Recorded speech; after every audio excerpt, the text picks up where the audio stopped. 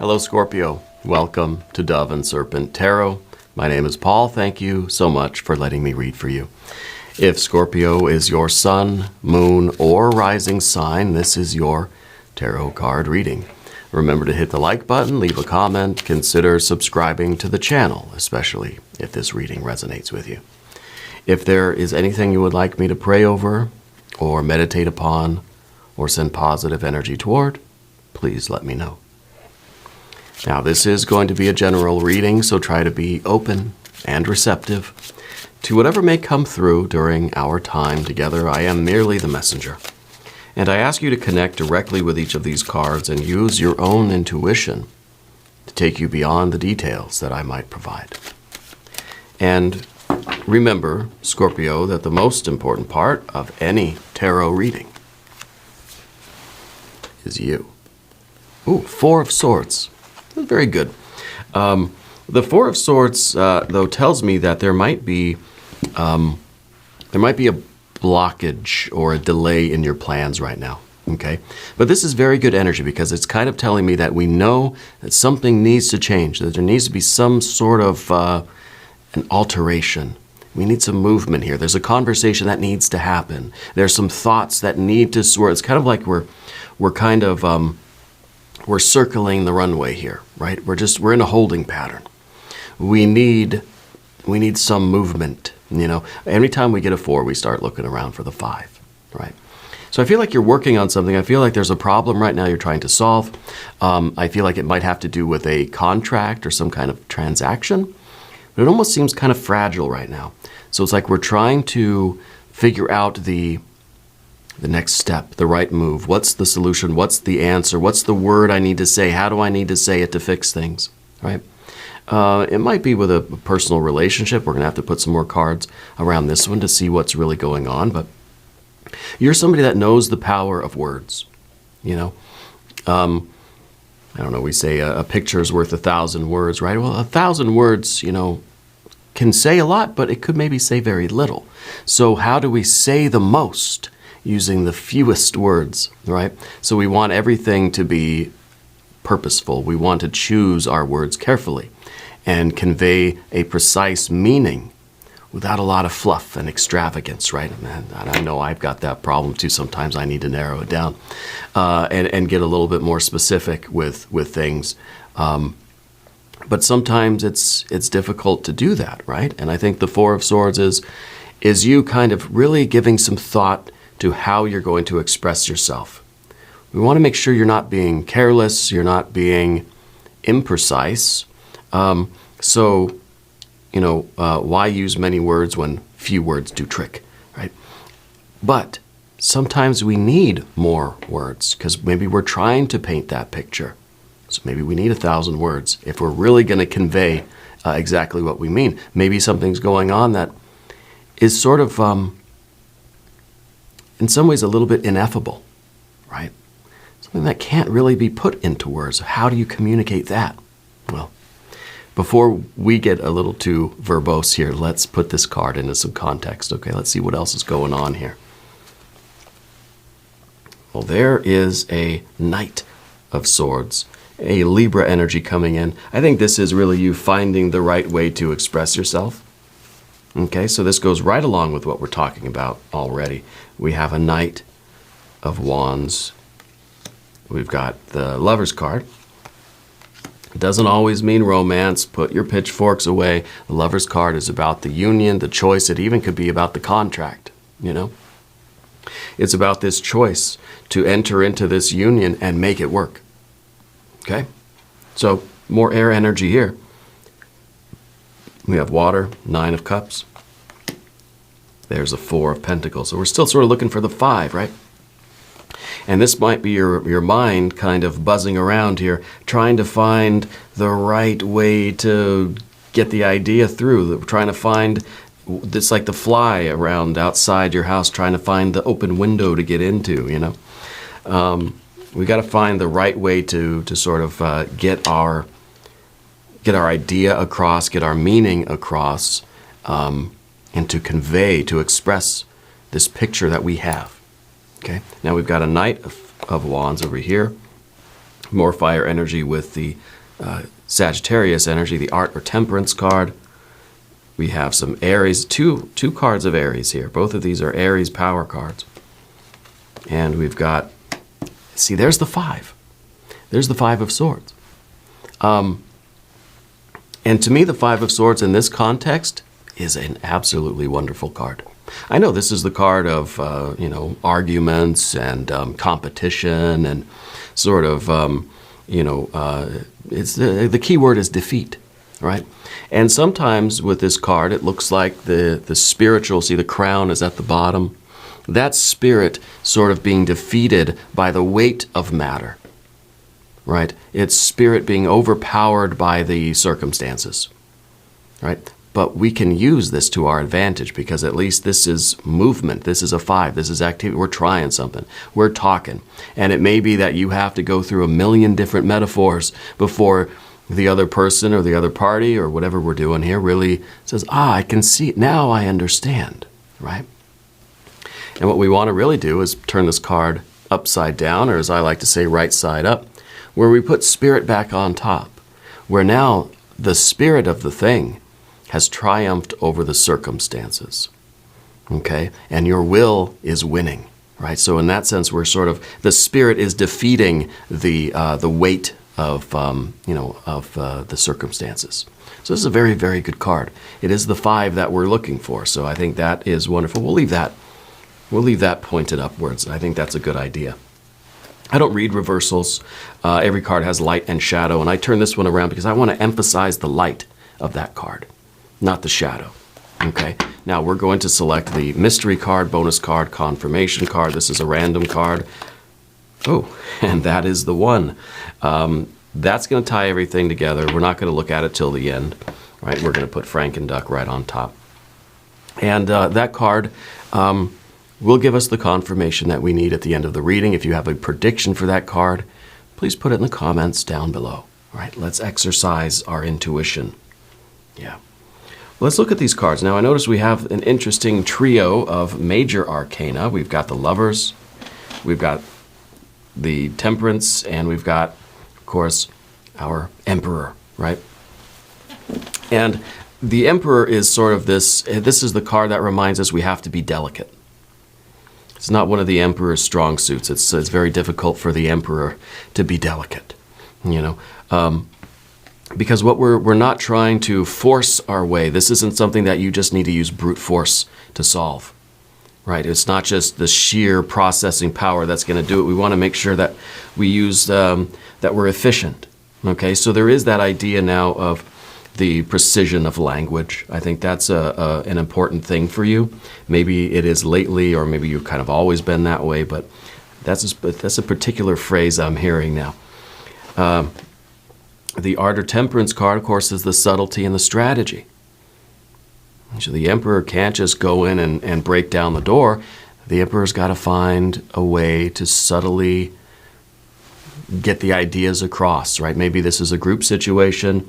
Don't feel so much about the group unless it's maybe like family members, people you live with, roommates or something. I feel this is more one-on-one with our Lover's energy. But it's not because of the Lover's card that I feel it's more one-on-one.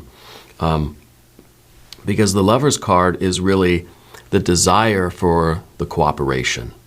Maybe we are talking about a group. Yeah, it could be. We do see our 3 court cards. And to me, when I get 3 or more court cards, it tells me that there's a lot of people involved here. I think that there are a lot of people involved, but I feel like this conversation that you're having, this air energy that we see is between you and one other person, that you're trying to sort of, you're trying to maybe implement some sort of plan or some sort of idea. You're trying to solve a problem, right? To bring more happiness into your home. Okay? I think something is happening. You're making something happen here that's going to bring more happiness for everyone. Okay? Into the home. So we have our majors. We have fire. We have water. And the water's up here, 9 of Cups. This is the ideal water, right? This is the best water. This is the plan for now, the happiness to keep on coming in, okay? This is your good idea, kind of. And of course, we have our air energy. We've got a little bit of the earth energy. You want your idea to be implemented. You want your idea to become a reality because you know that this is going to make things better for everybody. Like, you've got the goals. You know that this is going to work. It could be something at work, It feels like a home environment. It feels like kind of a small situation. So if it's a company or a business, it's a small business where everybody's close with each other, The Knight of Swords that we see as the obstacle, this is you trying to find a way to get your idea to enter somebody's mind and take hold, and for it to grow and blossom into this wonderful vision and understanding. And I think the result here, we don't want it to be a 5 of Swords in that position, because then it's kind of like your idea gets into their mind, but they just are not ever going to understand it. They're never going to see the right point of view from your angle, But if we could turn this card upside down, if we can find a way for you to convey this idea to this other person, maybe it's to your manager or your company, maybe your spouse or your family, whatever, for you to have this conversation and to get your idea across in a way that they will understand it. They will see the light. I get it. Yeah, I see it. So we're gonna leave this the right way. And this, I think, is again, it kind of feels like this is a little fly. This is like a dragonfly, actually, I think, that's trying to find a little way in, a little crack, a little window that's been left open. It's almost like you're learning how to read people in such a way that they say something, or something about them, or you observe something that you're like, aha, that's my way in. It almost feels like it's a big negotiation, or it's some kind of business deal or something like that. Maybe it is, I don't know. But that's like your little window of opportunity. Yes, I know that they really like playing tennis. So then you're going to sort of use like some sort of sports or tennis or golf club or, country club kind of analogy or something like that. You know what I mean? It's about understanding who you're talking to and knowing enough about them to have that rapport with them already, that you can kind of see like, okay, this is how I get through to this person. And maybe it's a family member. Maybe there's a family member that's really in a bad way. And you're trying to connect with them, and you're trying to talk to them and in a way that they're really going to understand and they're going to appreciate, and it's going to bring some sort of enlightenment to them, right? Not that you're some all-powerful kind of, being and, that you're just being merciful and trying to help somebody, but when you're trying to communicate an idea to somebody, you have to do so in a way that is receptive, that they will be receptive to. It's like, me using these sports analogies and stuff. People don't know anything about sports. It doesn't mean anything to them. I use these references to The Office. Well, if you've never seen that show before, you're not going to pick up what I'm throwing down. But sometimes we take our chances and we do it anyway. And hopefully, fingers crossed, somebody will pick up on it. But that, I think, the Knight of Swords is you figuring out how you're gonna reach this person. And now maybe there is, somebody in your life that is kind of in a bad way right now. Okay. Or maybe it's a relationship that isn't going so well with you and this person, or maybe something in their life is going on, but I see there's some pressure here. Okay. Underneath everything is, of course, the Prince of Wands. This is really, this is your interest in this person. Okay. This is that's kind of a Leo energy. This is a sustained effort. Okay, this is somebody that is not going to give up until there's some sort of progress made. This is a fire that is very steady. It's not this is the raging fire. It's not a smoldering fire either, right? Which, maybe we would see if we had a queen, let's say a Queen of Wands, right? This is not a raging fire, nor is it a smoldering fire. This is a very steady and consistent fire. You're somebody that is stable and steady and consistent in people's lives. You're somebody that you don't go to either extreme, really. You're sort of reliable, consistent. Yeah. You've shown people in your life a very consistent strength. Okay. And I think you've been around for a long time in this way, whether this is friends or family, maybe this is a business thing. That people can trust you, they rely on you because they think, oh, Scorpio, they're solid. You're not the raging fire, you're not the smoldering fire.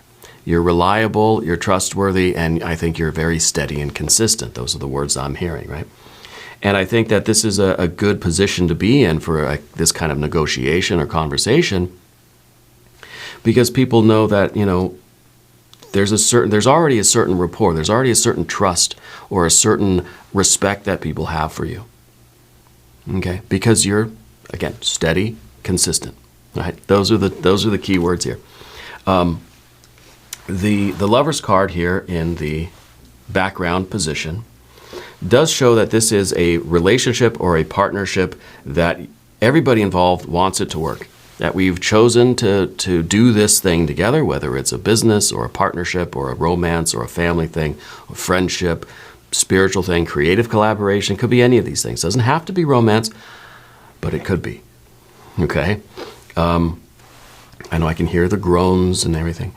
This is a commitment that we've made, and we want to make it work. And I think we've shown that we're not going anywhere, right? And so we're committed to figuring this thing out. Yeah, committed to figuring it out. I feel like there's a lot of potential in this situation. The 9 of Cups there at the top is a lot of potential. Okay, a lot of potential. This is kind of saying that the life can be a happy life, and the 9 of Cups here. Did I say Pentacles? I meant 9 of Cups. The 9 of Cups here is a lifestyle, a way of life. It is a verb. It is an odd-numbered card, right? It's a function. It's a way. It's a Tao, It's not an object. It's not saying, well, if we just do this, we'll be happy. If we just do that, then things will be solved, right? And so it's sometimes easier to just be able to tell people a concrete goal. Look, we're building this, 4 walls, a roof. This is it. This is the object, right? This is different. This is something more abstract. It might still be sort of a noun, I guess, but this is something more abstract. This is, and happiness as a noun is one of those abstract nouns, right? A house, that's a concrete noun, okay? We're not going back to grammar school or anything, but I was an English major for a time. But this is sort of, this is an objectless pursuit, right? It's kind of like the goal doesn't matter. The details don't matter. The goal, the process is the goal. To enjoy the process, to have fun doing the work, to have fun living the life is what is the purpose here. To create some sort of a flow where there's positivity and love and joy and beauty and bliss and superabundance. It's a satisfaction. This is living a life that is satisfying just in the art of living it. Physically, financially, mentally, emotional, spiritual, creative. It's the way. It's the how and why we're doing things, not the what. It's not about the details, right? So this is where we run into a problem, because it's not something concrete that you can point to. It's not something that's easily measurable.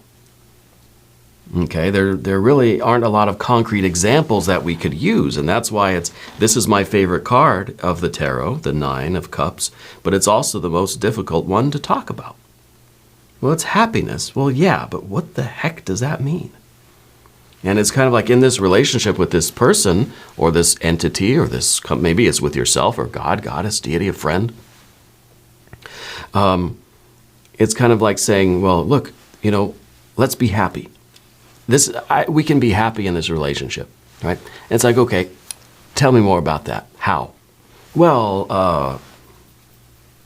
let me think about it, right? And so that's kind of where we are. How do we describe something like this? How do we really make a plan to be happy? Well, maybe we have to sort of turn it into some kind of concrete goals, right? And we can just use these as examples. This isn't happiness. This doesn't mean that we're going to be happy. It's not just this one thing, and then we hold on to it and say, finally, I'm happy. It's the process. It's what this sort of symbolizes in that abstract way. If we could take whatever this is and turn it into a verb, that would be the 9 of Cups. Okay? So we start making plans. We start having these goals that are, I think, are sort of metrics that we want to achieve. Yeah, we want that 9 of Cups. Okay? Well, we're going to talk about the concrete sort of nouns and the goals that we could achieve to sort of give us a clue as to what that 9 of Cups really means. Okay, so this is kind of saying, well, let's make it an effort to, I don't know, spend 30 minutes a day working on this particular project together, right?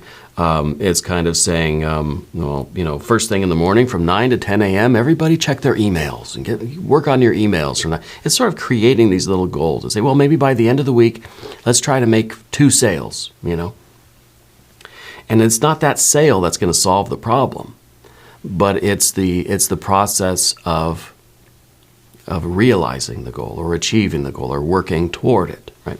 And working toward it really in this way of collaboration and cooperation. If this is a romantic thing, it's the two of you, yes, you could be very happy together. Okay, what does that look like in practical examples? Well, maybe, for instance, it looks like, having breakfast together every morning, or having a particular date night or something like this, or doing spiritual work together, or having some sort of, artistic collaboration on the weekends that you work on, or this is about, one thing a month, kind of doing something that you've never done before, some sort of physical activity, or, go skydiving, or, these sorts of things. Those are, it's not to say skydiving is going to make you, skydiving, that's the solution to your problem. I know it, right? And I know a guy, I give you his number. That's not how it's going to work. That's just an example, right? And it's, I think, more about the process of doing these things together that are going to add to the happiness, not really about what you're doing. But some people are going to be miserable doing some things, right? So if I say it doesn't matter really what you're doing, well, yeah, what if you're cleaning out the horse stables and you're shoveling, horse excrement all day? That's something we could do together, right? And it takes a very special person, I think, to really enjoy doing that, So maybe that's not the example you should use. Maybe skydiving. For me, that wouldn't be a good example to use for me. But something that can be enjoyable or productive or pleasurable, something that can be sort of measurable and achievable, right? But to make the process of it, I don't know, fun, I guess, right? Let's talk about the path of the serpent. As we do this, I would like to ask for your subscription. If you haven't subscribed to the channel yet, please do. It is totally free, and it really does support the channel, and I appreciate that support. I really do. Your general energy is this raging fire, though, we see, with the impulsive Knight of Wands. Fire on fire. This, I think, is your bit of restlessness, And it is, I think, the tendency that you might be feeling now toward, I almost feel like it's just kind of this, it's almost a frantic energy. It's almost this feeling of there's an urgency, that something needs to happen right away. Yeah. And it's, I think this is good in a way, if we are using it in conjunction with our Knight of Swords. These two together, very cardinal energy, both knights, right? We got this good idea, this inspiration, and we're communicating it with whoever our people are. And this is us now moving toward it. implementing those plans, taking those actions before too much of the thinking takes place. You know what I mean? So in this sense, it's good that we sort of make the decision and we trust in it and we start moving forward. Yes, let's do it. Let's go right now. All right. The more we sit on it, the more we think about it, the more we talk about it, the least likely it's going to be that we're going to do it. Okay. Spirit's telling me right now that something that you lost is going to be found once you stop looking for it. What does that mean to you?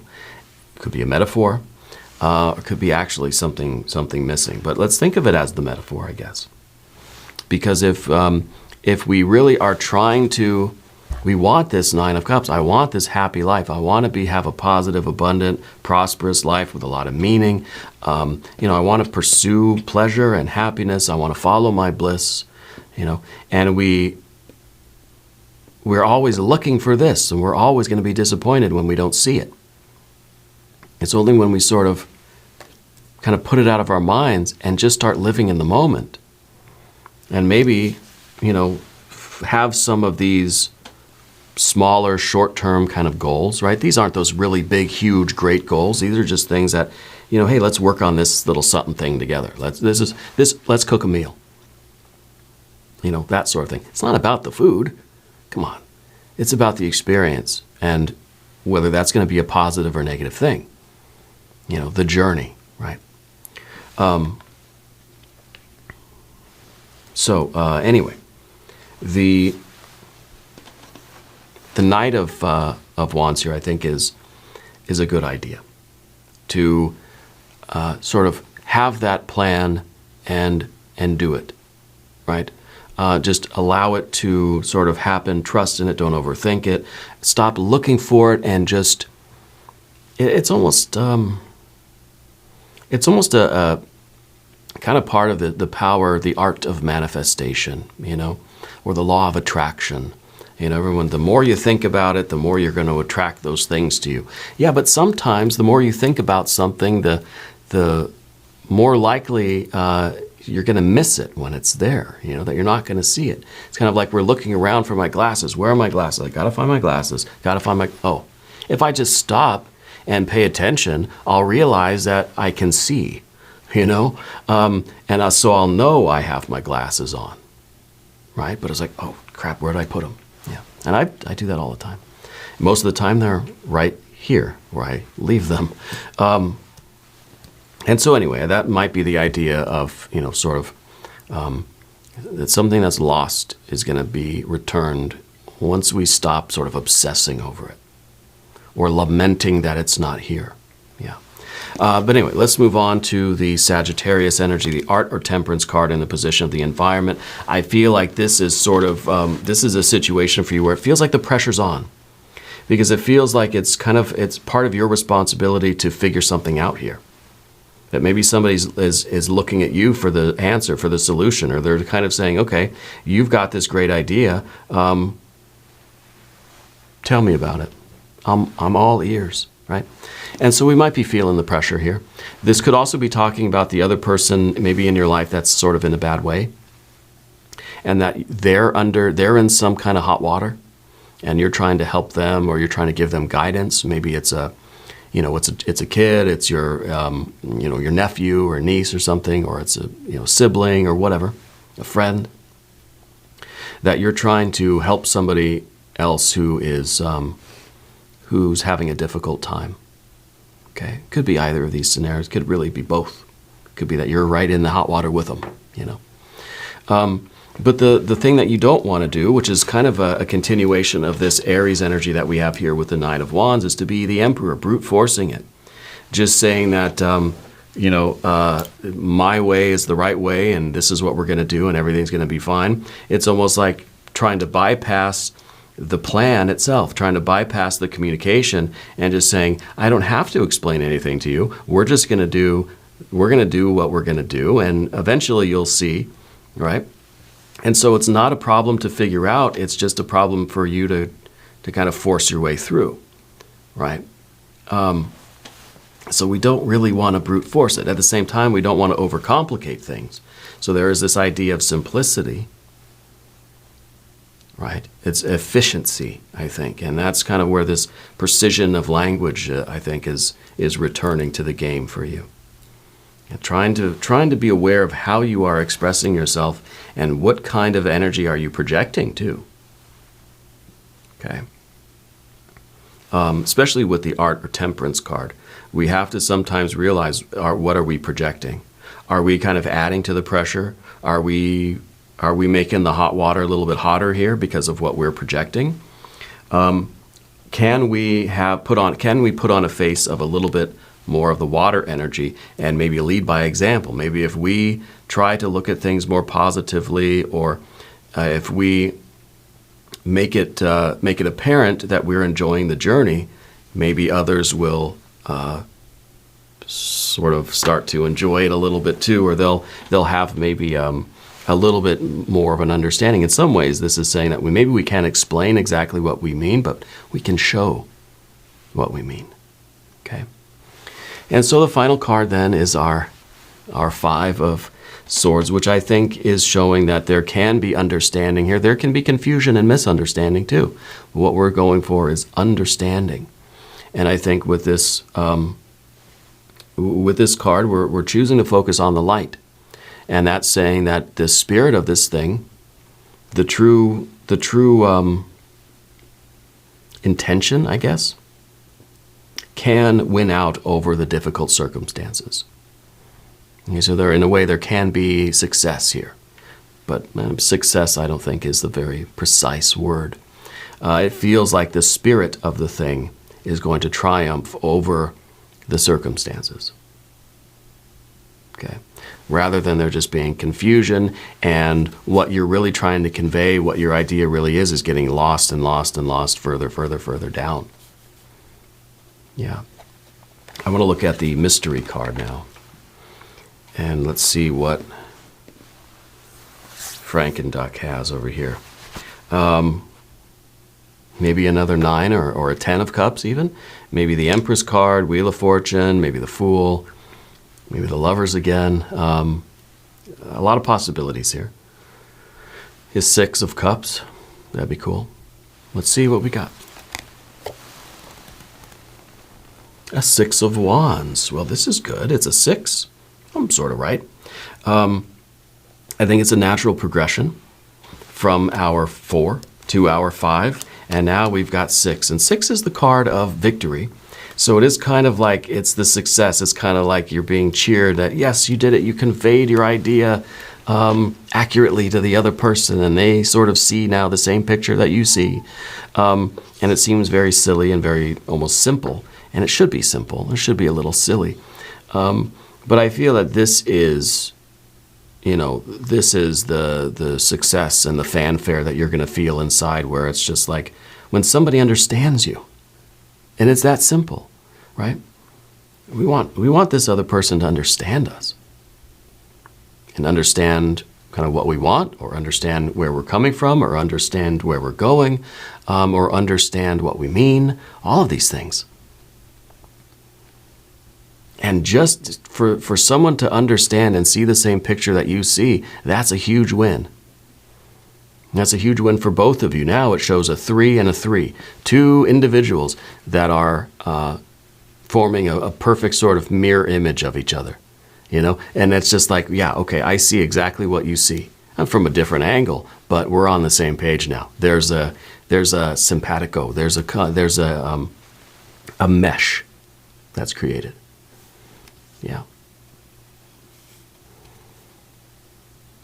And so I think this is very, very good. A good confirmation. And sometimes it is just that simple, that we just want someone to understand what we're trying to convey. And it helps that the two of you, I think, really want the same thing. Whether it's you and a company, friend, family member, lover, whatever. Okay. This is saying that whatever the love is over here, it will prevail. This is excellent. I want to really seriously thank you for going on this little journey with me. We're going to do an extended reading too. If you want to stick around for that, link up top, link down below. New readings for Scorpio Wednesdays and Saturdays. Be sure to watch both readings. If you haven't subscribed yet, please do. It is totally free. Does not cost anything. And leave a comment. Let me know where in the world you're watching from. I want you to know that you're the most important part of Dove and Serpent Tarot. I thank you and I love you, and we're all in this together.